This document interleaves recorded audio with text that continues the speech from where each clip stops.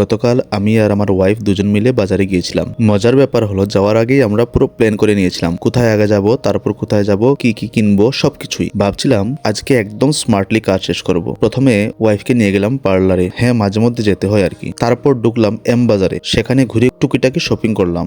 M বাজার না ঢুকিয়ে আর থাকা যায় না, তাই না? তারপর ওয়াইফ বলল স্টেশনারি দোকানে যেতে হবে, সেখান থেকেও কয়েকটা ভালো জিনিস কিনলাম আর কি। বাচ্চার জন্য আর নিজের কাজের জন্য কিছু দরকার ছিল। মোটামুটি সব কাজ শেষ, তখন মনে হলো একটু বিশ্রাম দরকার। এমন সময় বললো চাট খাবে, আমি তো একদম রাজি।